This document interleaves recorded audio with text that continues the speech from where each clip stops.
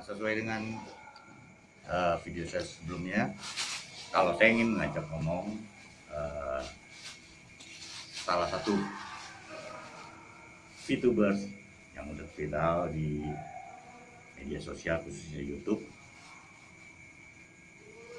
Saya perkenalkan, nama saya Raden Irham Wijaya, sarjana hukum. Jadi ini kebanyakan dari mereka yang belum paham tentang aplikasi VTube ini kan mempermasalahkan masalah perizinannya di Kominfo itu ya. Nah sebenarnya bagaimana nih perizinannya nih yang bisa dijelaskan oleh Kak Irham, karena beliau ini memang lebih tua dari saya manggilnya kakak nih ya. Jadi oleh Kak Irham ini bisa menjelaskan tentang perizinan dari Kominfo menyangkut dengan aplikasi VTube. Oke, yang pertama saya buka dulu. Di bulan Januari, tanggal 18 Januari itu pemerintah Republik Indonesia memberikan izin komersial kepada PT Future Viewtech Indonesia. Artinya itu perusahaan yang membidangi di VTube ini. Terus yang kedua, pada tanggal 10 Maret 2020 Kementerian Kominfo itu memberikan surat izin terdata bahwa sudah terdaftar di Kementerian Kominfo. Pada saat ini di VTube itu mempunyai 3 fase. Artinya ada 3 fase. Fase pertama itu adalah advertising, artinya periklanan. Terus fase yang kedua e-commerce, artinya transaksi jual beli secara elektronik. Terus yang ketiga adalah digital currency. Digital currency berarti ini mata uang. Mata uang bisa diartikan mata uang secara elektronik, artinya secara online. Artinya dia tidak berupa bentuk bahwa itu uang dan berupa bentuk, tapi nilai. Ada jadi value-nya. Artinya saat ini value 1 koin itu adalah $1. $1 Amerika. Nah di sini kalau yang namanya dana miring itu saya memberikan masukan, itu banyak yang japri ke saya.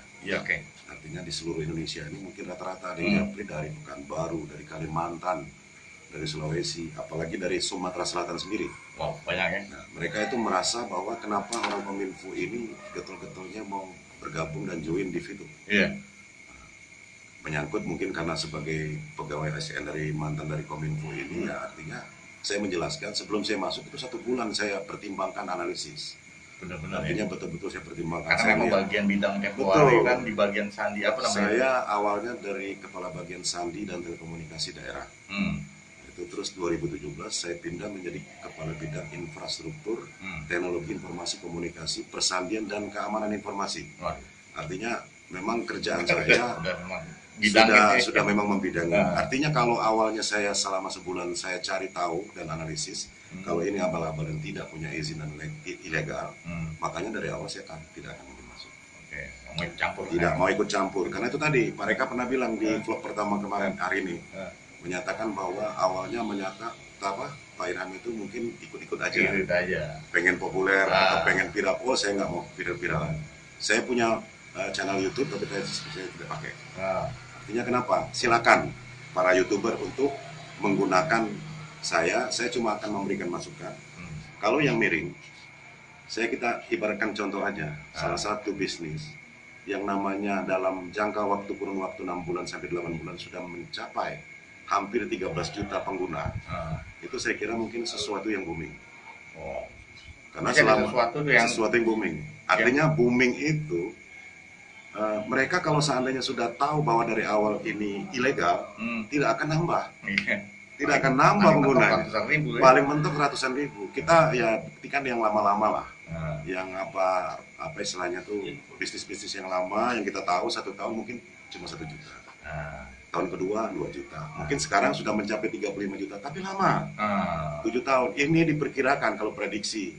Secara analisis saya pribadi, kalau sudah sampai 6 bulan itu mencapai 13 juta, artinya 2021 akhir Desember 2021 bisa mencapai prediksi. Bukan ada yang bilang, tapi prediksi saya dengan meningkatnya per hari hampir 400.000 pengguna masuk. Artinya servernya nggak sedikit, dia harus berubah versi dari 210, 212, 214, 213, 214 sekarang yang terakhir. itu menyatakan bahwa betul-betul servernya itu membuat big data ini supaya terangkum menjadi satu, sehingga ya kalau servernya yang abal-abal, yang di bawah target, yang istilahnya tuh yang tidak bisa merangkum 400.000 masuk, selesai. Jadi artinya silakan bagi yang punya nada miring, itu artinya kita tidak membatasi. Silakan, itu hak mereka, dan walaupun mereka bilang bahwa VTube itu negatif, silakan. Kita tinggal menunjukkan bahwa prediksi saya 2021 Desember itu pengguna sudah bisa mencapai 50 juta. Prediksi saya loh, pribadi loh.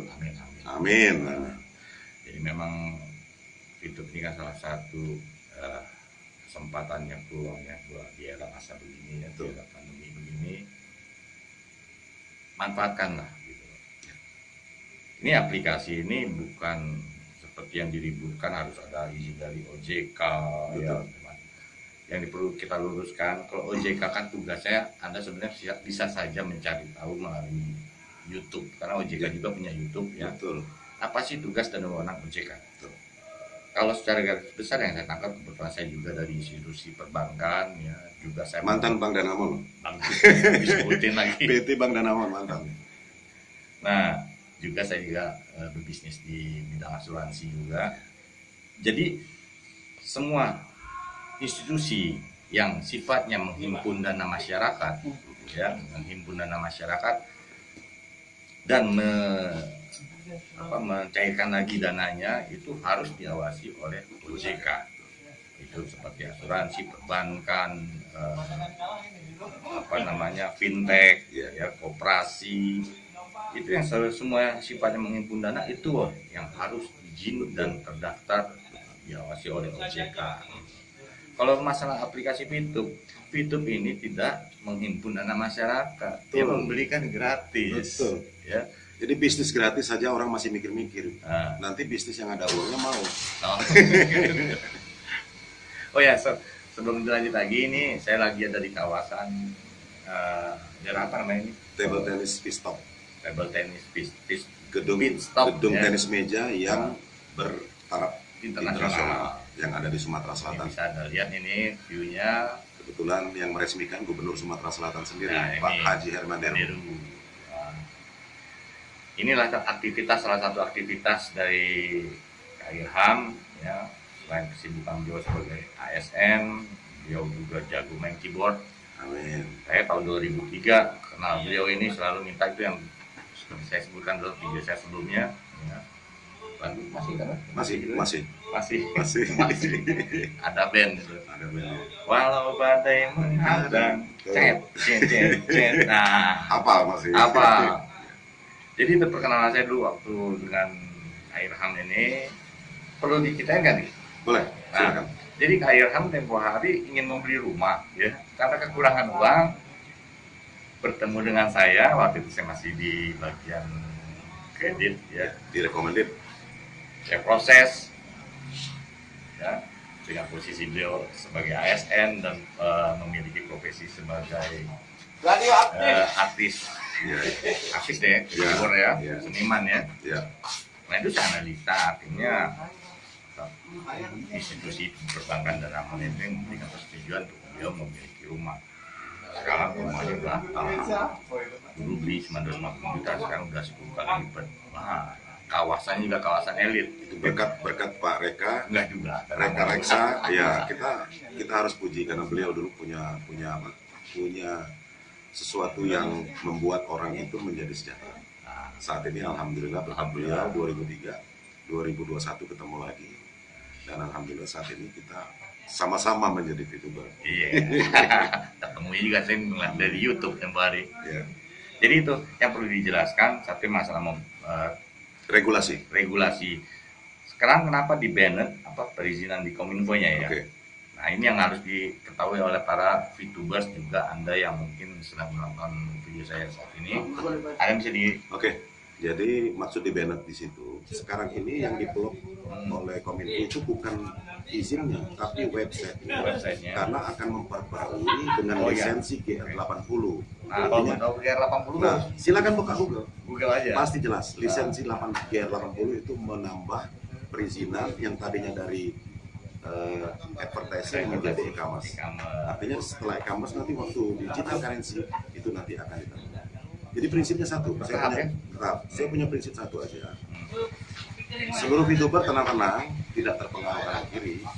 Selagi masih bisa install VTube itu di Play Store, bisa registrasi, bisa menjalankan misi, dan bisa transaksi di exchange counter, maka sampai saat ini Kementerian Kominfo Republik Indonesia insya Allah tidak memblokir dan tidak menganggap VTube itu ilegal.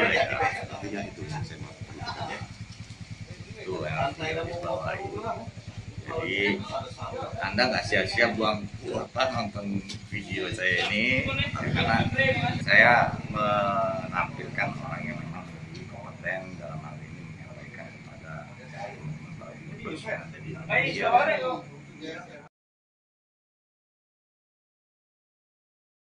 Banyak pengaduan masyarakat yang menyatakan bahwa VTube itu ilegal. Artinya masyarakat itu merasa bahwa mungkin karena tingkat viralnya, boomingnya VTube, maka mungkin kita nggak ngerti ya, yang namanya orang viral dan populer itu pasti banyak hambatan, dan mereka mengadukan pengaduan ke OJK bahwa VTube itu bodong dan ilegal dan menipu.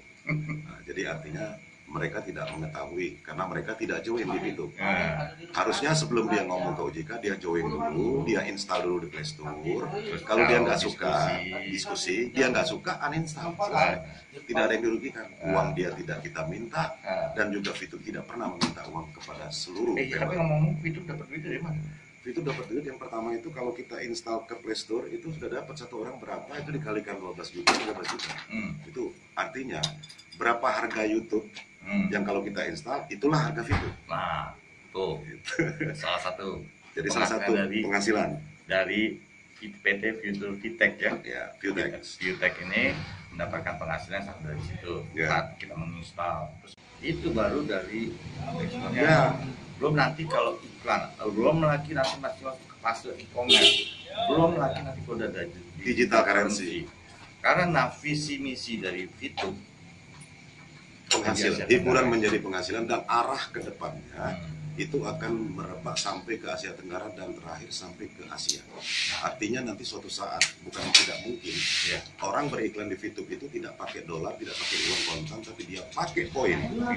Saat ini $1 $1. Artinya kalau currency-nya nanti sudah bergerak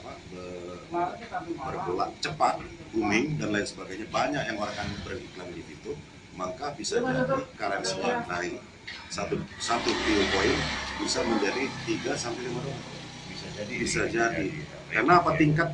Tingkat minat, animonya sudah banyak, dan orang itu tidak diminta uang untuk kirim untuk beriklan. Dia cuma cukup beli poin. Berarti suatu saat kalau Pak Reka punya perusahaan di Jepang, ya pengen beriklan di VTube karena ditonton sama 15 juta sekarang, berarti nanti suatu saat bisa 50 juta orang nonton. Itu kira-kira CEO yang Pak Reka yang ada di Jepang, begitu mau beli poin, bisa jadi dia klik nama saya sebagai penjual yang punya poin $10.000. Itu ya bayangan kita. Bayangannya kita di situ. Sampai sejauh itu. Jadi ya Anda baru-baru bergabung di VTube ini, yang mungkin sekarang masih menganggap sepele, ya nggak apa-apa itu pilih. Jangan ragu. Tapi kita kedepannya, ya kami ini sebagai VTubers juga memiliki pandangan kedepannya seperti inilah. Inilah namanya bisnis di era digital, di era internet. Kita nggak bisa pungkiri lagi. Nah, ini yang terjadi. Nah, kita mau ikuti perubahan yang ada sekarang atau masih tetap dengan pola yang lama? Saya bisa tambahkan? Boleh. Yang pertama, ini sebetulnya VTube hadir di Indonesia sebagai tuan rumah. Karena plus 62 itu kan Indonesia, nggak ada plus 62 negara lain. Artinya dengan adanya pandemi COVID-19, semua penduduk itu pada saat itu di bulan Maret itu dihimbau untuk di rumah saja. Apapun di rumah saja. Sekarang timbul VTube di tanggal 20 April 2020, 1 bulan COVID muncul, 1 bulan VTube keluar. Dengan kondisi orang itu nggak perlu cari duit keluar, cukup di rumah, apalagi ibu-ibu rumah tangga. Dia masak jam 8, dia perlu 1 kali nonton, jam 9 nonton lagi sampai jam 3 sore, itu udah selesai 10 iklan. Dan dia dapat dengan gratis yang dia regis $0,3 per hari. Artinya dia gunakan posisi manual, tidak strategi fast track, dia jalankan dengan gratis 0,3 per hari. 34 hari dia dapat $10 loh. 34 hari, siapa yang mau ngasih? Ya mohon maaf kalau seandainya kita ada bisnis yang seperti ini yang lain. Saya terus terang dari awal kalau yang namanya bisnis, kalau registrasi pakai uang itu saya tolak duluan. Duluan tolak. Kenapa? Pasti nggak beres. Oh iya, ini yang saya pertanyakan juga nih. Kenapa kita harus ada KTP? Oh iya. Jadi saya tanya juga balik. Kenapa sekarang SIM card itu harus menggunakan KK dan KTP? Artinya SIM card itu kan harus menggunakan KK dan KTP. Artinya sama. Orang itu kalau tidak mau abal-abal pasti dia minta KTP sama KK. Kecuali kalau sampai dia minta nomor PIN ATM itu ditolak, pasti bukan dari Fitur.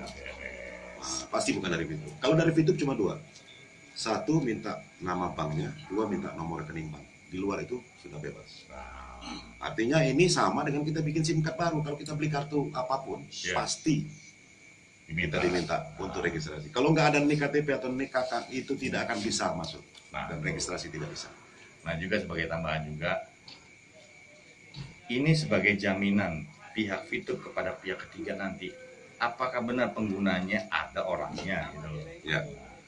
Dengan dasar tadi legalitas dari identitas KTP ya. Jadi sudah terbentuklah bahwa ini loh audiens yang dimiliki oleh Fitur ini sudah sekian juta orang gitu ya. Nah, jadi itu sebagai gambaran buat teman-teman Fitur pun juga Anda yang saat ini sedang mencari tahu ataupun pengen tahu lebih banyak tentang Fitur. Ya inilah yang bisa kami sampaikan ya Bang Dio. Tidak pernah sebagai yang membidangi infrastruktur, teknologi dan informasi komunikasi. Sebagai referensi, jika ada orang yang menanyakan ya silakan nanti bisa melihat komentar di dalam video saya ini. Nah, seperti yang kita tahu juga, foundernya Jack Gue ini kan, Jack Gue ini CEO-nya orang Malaysia ya. Orang Malaysia. Kenapa nggak buat di Malaysia? Malaysia mayoritas penduduknya cuma berapa juga? Indonesia kan 200. Itu enggak semua. Kalau sekarang 260, 6 bulan sudah bisa mencapai 13 juta. Jadi karena pasaran market share-nya lebih gede di Indonesia. Makanya Jack Gue mungkin memilih membangun bisnisnya di Indonesia. Jangankan Jack Gue, orang-orang Korea juga banyak yang belajar bahasa Indonesia, supaya banyak viewersnya buat nonton YouTube tuh. Ya. Jadi banyak orang-orang di luar melihat ya satu mereka belajar bahasa Indonesia ya karena apa? Diprediksi ini Indonesia ini menjadi negara raksasa juga internet ini. Penggunanya sudah luar biasa. Jadi manfaatkan sekarang ini buat teman-teman yang belum paham atau pernah dikenalkan tentang Fitur, segera hubungi orang yang mengenalkan Fitur ini. Sponsor. Nah, sponsornya. Atau Anda bisa bergabung dengan Irham Wijaya. Amin. Boleh disebutin nomornya? Nomor HP, nomor referral. Nomor referral. 3356 101. Nah, 3356 101. Kalau mau jadi nama saya. Jadi itu aja buat teman-teman VTuber ya yang udah nonton video saya ini. Semoga video yang saya buat kali ini bersama Kak Irham bisa bermanfaat. Amin. Salam sukses buat para VTuber Indonesia. Kalau kodenya Bravo, VTuber Indonesia. Go Diamond. Bye. Bye. Ini satu sesi sudah. Apa? Satu sesi nih, sudah bisa bagi 3 nih berarti.